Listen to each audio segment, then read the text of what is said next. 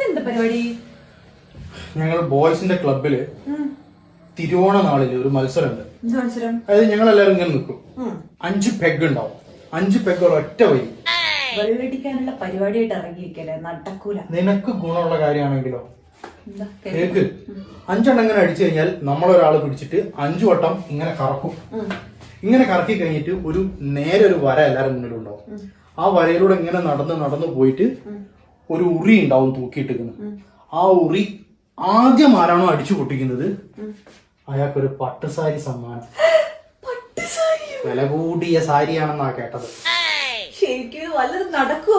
നടക്കണമെങ്കിൽ പ്രാക്ടീസ് വേണം. ഇപ്പൊ നീ തിരുവോണനാളിലേക്ക് വേണ്ടിട്ട് തിരുവാതിരക്കളി പ്രാക്ടീസ് ചെയ്തുകൊണ്ടിരിക്കില്ല ഒരാഴ്ച. എനിക്ക് ഒരു ദിവസത്തെ പ്രാക്ടീസ് മതി. അതായത് ഉത്രാട നാളിൽ ഇവിടെ പ്രാക്ടീസ്. ഞാൻ ഈ വര വരച്ച് 5 എണ്ണം വിട്ട് അങ്ങോട്ടും ഇങ്ങോട്ടും ഒക്കെ ഞാൻ പോയി നോക്കും. തിരുവോണ നാളിൽ ക്ലബിൽ പരിപാടി സാരി നിനക്ക്. ഈ ഓണം നമ്മൾ തകർക്കും. നാളെ ഞാനുണ്ട് സപ്പോർട്ട് ചെയ്യാനായിട്ട്. വര വരച്ചോ. ഹാപ്പി ഓണം. ഹാപ്പി ഓണം.